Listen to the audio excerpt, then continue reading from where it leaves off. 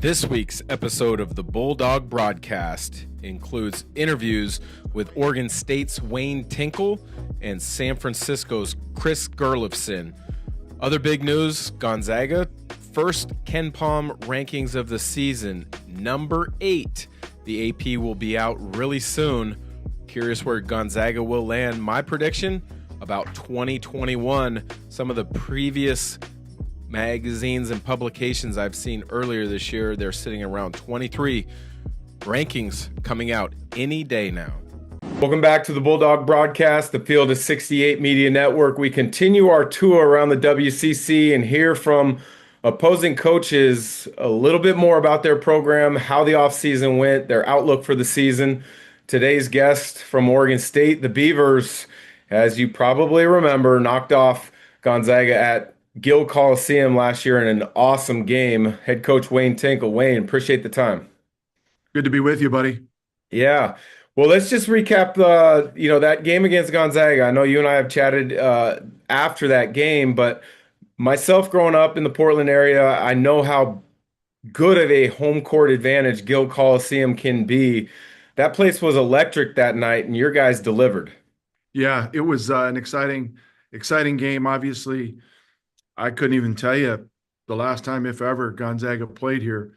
And so as they do everywhere on the road, they bring out the fans, and it was a great atmosphere, and I was just proud of our guys' sustained effort. Almost tried to give it away in regulation, but found a way to, the surprising thing is you get to overtime. Some guys might think, well, shoot, we did a heck of a job taking them to overtime, but our guys weren't in that mindset. Found a way to get it done. And then it was weird. We played them like a week and a half later up there. We warned our guys that it was going to be different. I don't think they quite believed us. And then we got shellacked, but it was good to get that win, a relatively early game in conference, just to kind of build that confidence here at home again. I had spoke with David Riley about the adjustment of moving to a new league because he went from the Big Sky to the WCC. You also had that challenge last year, because the two programs, Oregon State, Washington State, were kind of in no man's land for a couple of years before the Pac-12 gets reinvigorated. But what were the adjustments you as a coach had to make going to a new league? Big thank you to one of our sponsors, Cooney's Thai. My family and I live on the north side of Spokane, and we absolutely going to Cooney's Thai, whether it is in person, whether it's takeout. The food is always phenomenal, as authentic of Thai food as I have ever had throughout my travels across this country. Unbelievable service, unbelievable price, unbelievable people that are involved with Cooney's Thai. Whether it's the Pad Thai, whether it's the Pad CU, whether it's one of their awesome curries, you will be thankful that they took great care of you. Again, Cooney's Thai on the north side. Check them out online today, Cooney'sThai.com. Whether you want to sit in the restaurant and you have tremendous service or order for takeout, it will be piping hot and ready for you when you show up. Thanks again to Cooney's Thai. Well, big thing is, you have to stay true to who you are, but, you're scouting new coaches, new styles of play, new players, that sort of thing. You get into a conference. I think I was in my 9th year in the Pac-12 before the league fell apart. You get to understand, some tendencies and what coaches do out of timeouts, offensively or defensively, their systems. So that was the big thing. And then I think within the game, the Pac-12 was just, so many athletes. I mean, there was a span of about 5-6 years where that conference put more players in the NBA draft than any other conference, save I think the ACC had a decent run. So, it was an adjustment in the style of play. And I think in the WCC, obviously there's some good athletes as well, but the coaching's different. I mean, a lot of execution, running sets, that sort of thing, different defenses. So it was a nice challenge to kind of see, and it took a little bit of time through scouting, how to make those adjustments. But we had to all the while kind of remain true to who we were and the way we played. But it was fun, and going in, much like this year, going into last year, we had 9 new players. and nobody gave us much of a chance. We don't rebound a missed free throw at Santa Clara, and they tip one in at the buzzer to beat us by one. San Francisco, we don't close out. They hit a three at the end to win it. We were right there to be in the top two or three. So here we go again with 9 new guys, but we're excited to kind of year two to build some momentum so that we are in a position of strength heading into the new Pac-12 a year from now. Yeah, 9 new guys, and you don't have a single returning starter. Michael Ratai kind of exploded from the previous year. He's moved on, as has Nate Kings and Parsifala, the three main scorers, I guess you could say, from a season ago. But you've proven the ability to develop players, Ratai being the most recent example. Who on your roster from a season ago, maybe as a returner, that you're looking to see a big jump in production and leadership from? Yeah, Josiah Lake's one, a guard from Tualatin just up the road. A guy that was a walk-on as a freshman, played a lot and really earned his position with the team. He's got to get more vocal, and he's one of those quiet leaders, and you hear that a lot, lead by example. But because he does so many things the right way, his teammates would follow him. And so he's a guy that's now in year three. He knows what we expect. He knows our standard. He's got to help deliver that day in and day out to the new group. Johan Munch, who, really didn't play a ton until down the stretch last year, very skilled 6'11", 7-footer from Denmark, got great experience this summer with his national team. He's a guy that's going to have to figure into things, but we can't let him sit idly by. He did miss all of our summer workouts, but a guy that we challenged. We're having individual meetings yesterday and today as we head into the start of our season. Our first practice is going to be on Thursday, but he's got to kind of grab the reins as a post player, a guy that should follow in Mike Ratai's footsteps, quite honestly. Mike didn't play a lot as a true freshman until the second half of the season, started, a bunch of games his sophomore and junior year. And so that's what we're trying to have him mirror. Different players, different skill set, but they've got to have that same mentality. And then I think a surprise will be Isaiah C., 6'7" wing that can really shoot it. Battled some injuries last year, didn't have a huge role, but had an incredible spring and summer. He's a guy also as one of those returners that you talked about.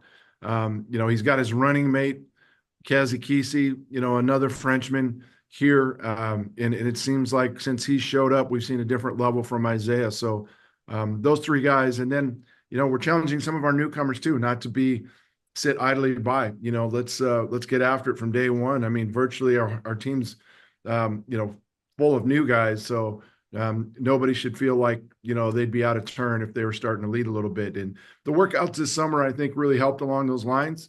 And now that we're starting up for real here, we need to see that to continue to evolve. C is a player that I was intrigued with when I saw last year, and you and I had talked pregame, the couple games that I covered. You had mentioned battled injuries, but you see the length, and then you see some of the skills when just going through, pregame shoot arounds and skill work and stuff. And the fact that you see him as kind of having that Michael Ratai progression, I think bodes well for you guys.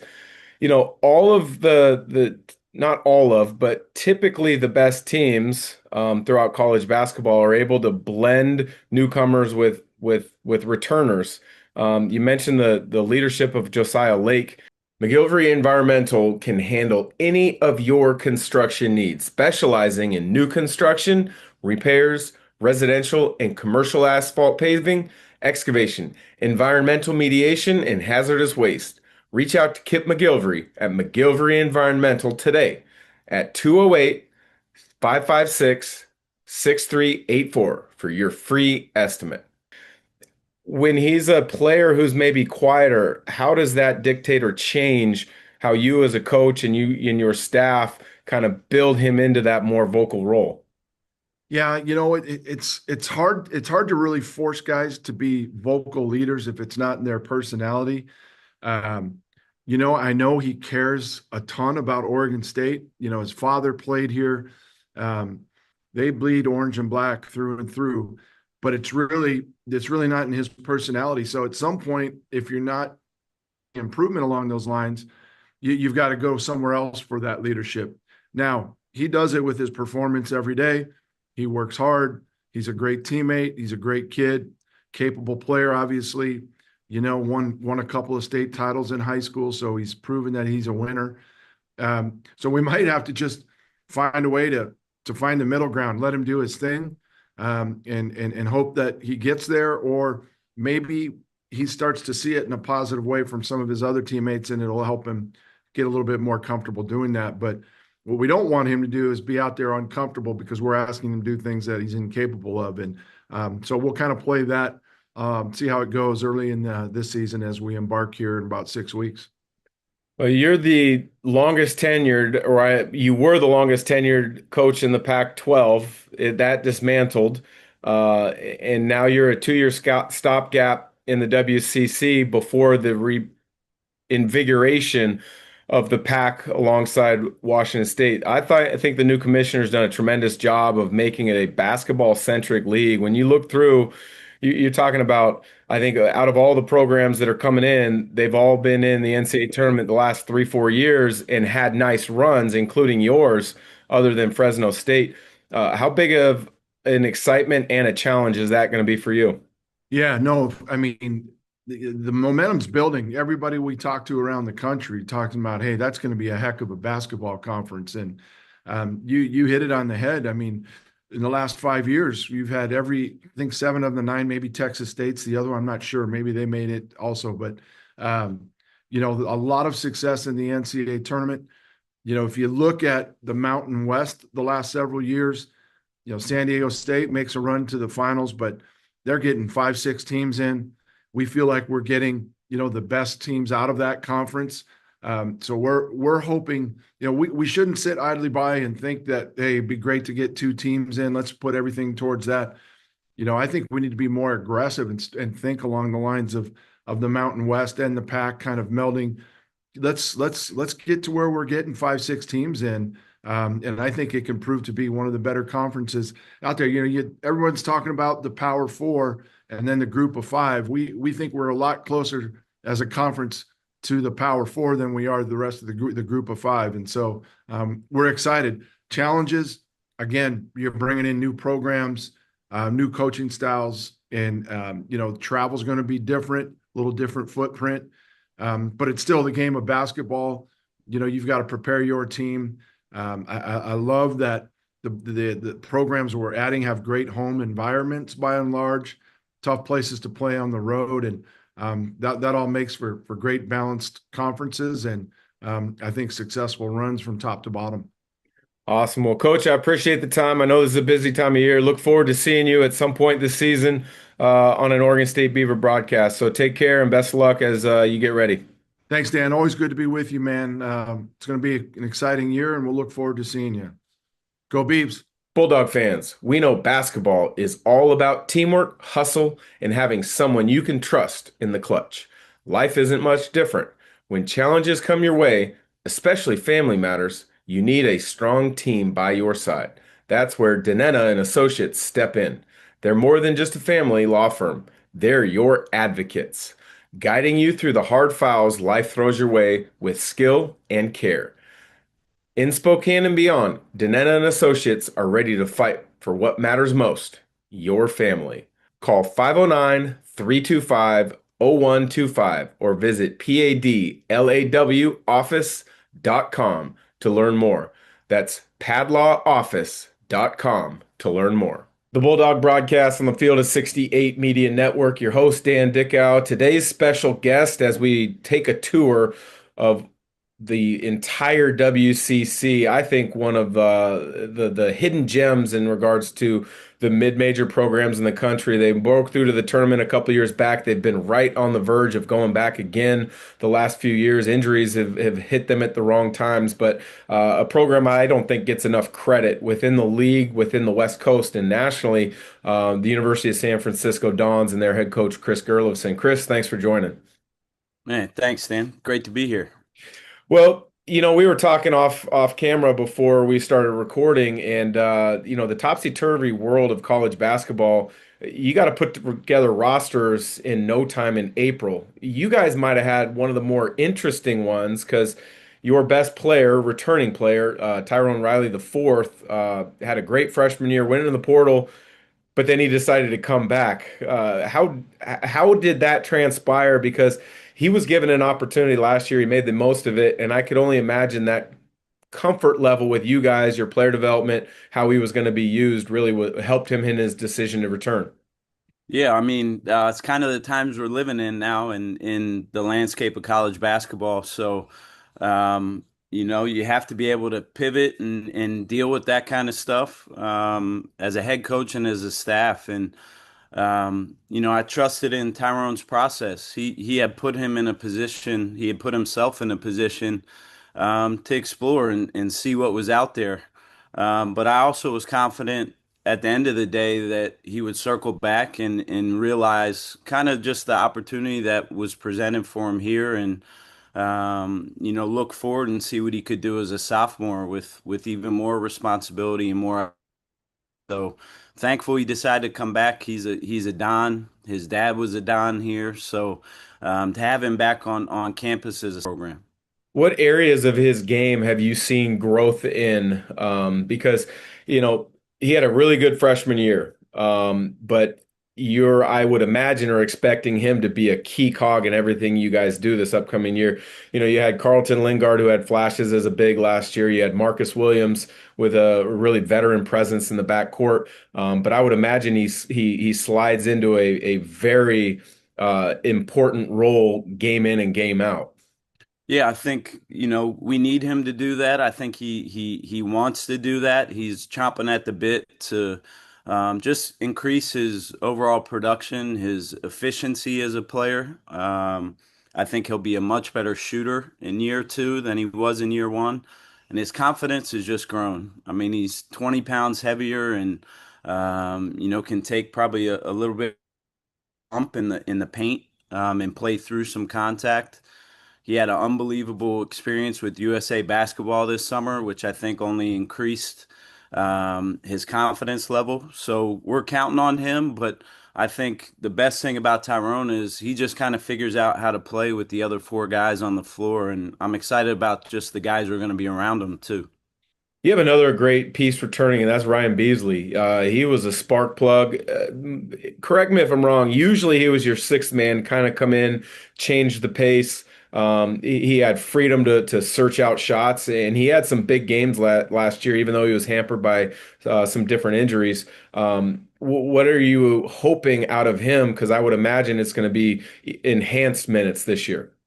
Yeah, Ryan is and Tyrone, but Ryan as a point guard will be an extension of me. I think if you look at the games that he started when we were down a player or had some injuries last year, in those games he really performed at a ultra high level. He had a monster game in the conference tournament against Washington State, playing on a bad ankle, and then had a really good first round game in the NIT before he was injured again. But he's a guy who I have the utmost confidence in. I'm expecting him to be one of the better guards in the WCC this year, and it's been fun to kind of see his progression. He's kind of waited his turn, and now it's for him to kind of take the reins and lead the program.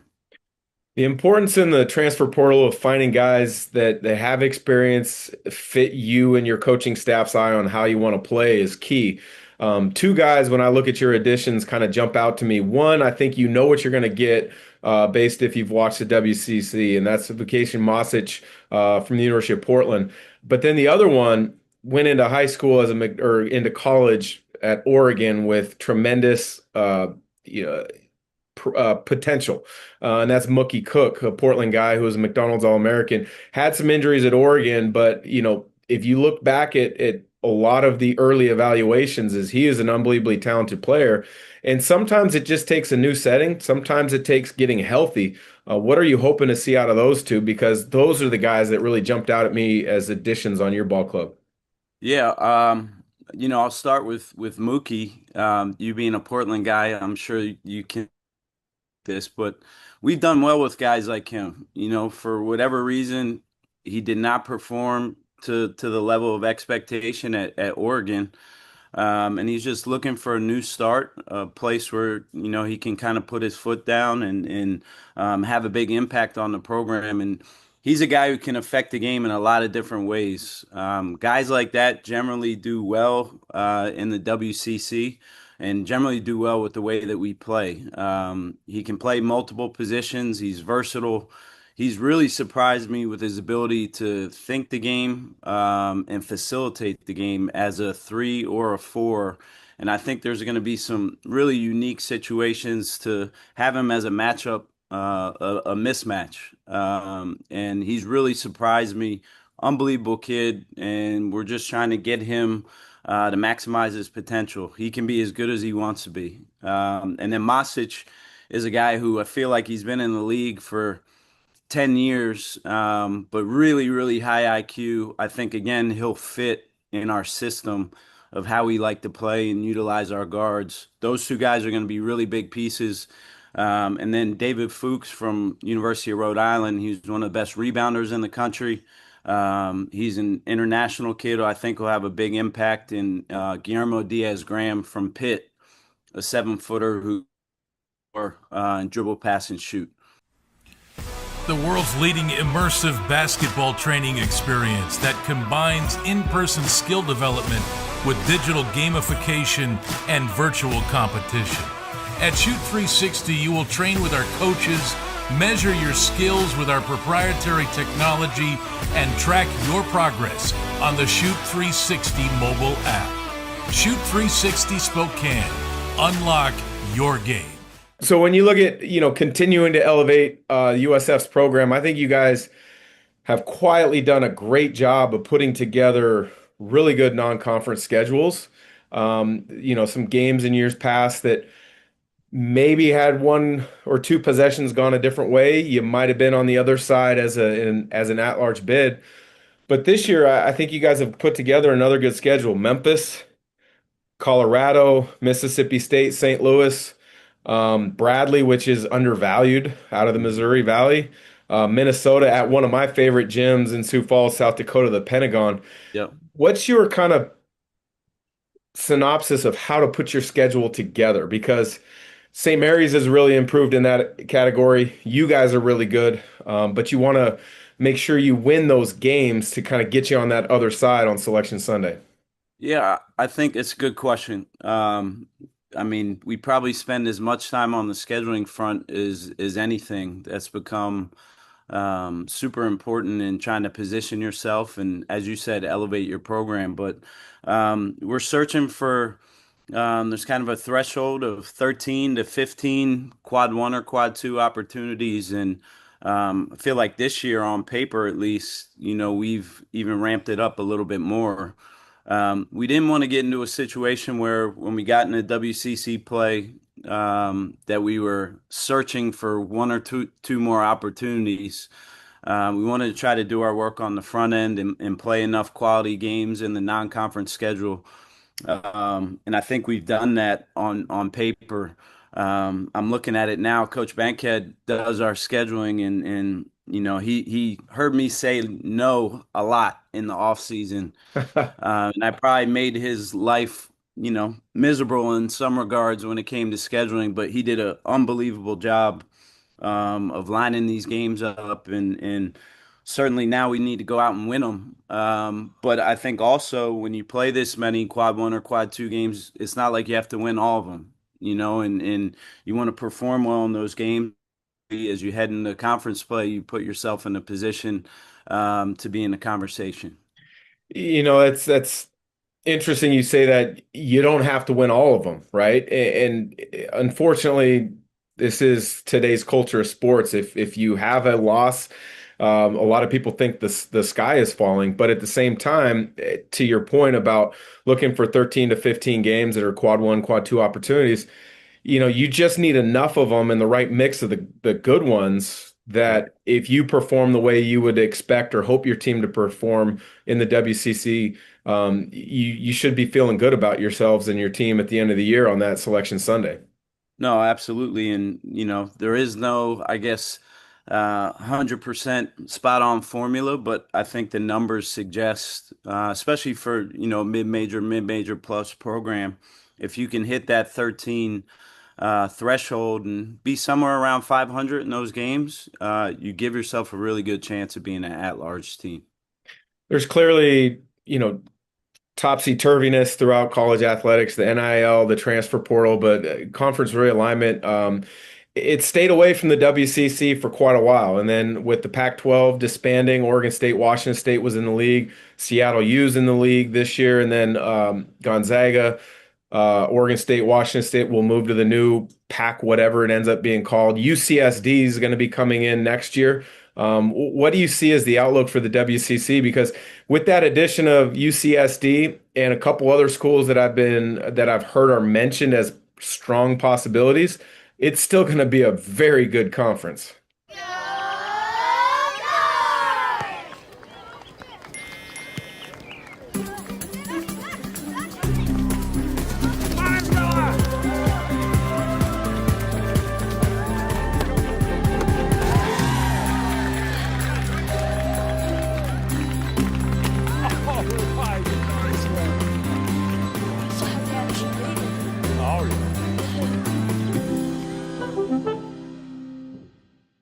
Yeah, number one, I would say, it's going to be sad to see Gonzaga go. I'll start with that. Just from a competitive standpoint, having the opportunity to play against them and compete against Coach Few, and I was players that have played there and that I've just in my time, whether a head coach or an assistant coach, have had the chance to go against, and it's unbelievable when you go down the list of names of guys who are in the NBA or played in the NBA, and just he's a generational coach. So to not have the chance to compete against him, in conference play will certainly be a disappointment, but it may open up the opportunity for other teams, hopefully us, to have maybe a easier path. But I trust in the powers that be. Stu Jackson does a great job, and I know he and his staff are working hard to try to elevate the league. I mean, I think there's going to be some more movement before everything is said and done, and hopefully when the dust settles, we're still able to compete at a high level. Last question before I let you go, because I know it's the heart of preseason practices, workouts, etc. Any chance that, maybe not year in, year out, but Gonzaga still stays on the scheduling front? Because I think it's become a really good game, I think, for both sides. Is there any chance of that still happening? If they would agree to do it, I'd sign up today. I think makes a lot of sense, especially for us. But I would still love to have the opportunity to compete against Gonzaga and have a chance to come to the Kennel. It's my favorite place in college basketball other than our home to play. It's what college basketball is about. So if we can continue that series, I would certainly I'd be 2 feet in on that. Awesome. Well, Coach, I appreciate the time. Best of luck as season starts to ramp up, and I'm sure I'll see you on the broadcast trail this season. Appreciate it, Dan.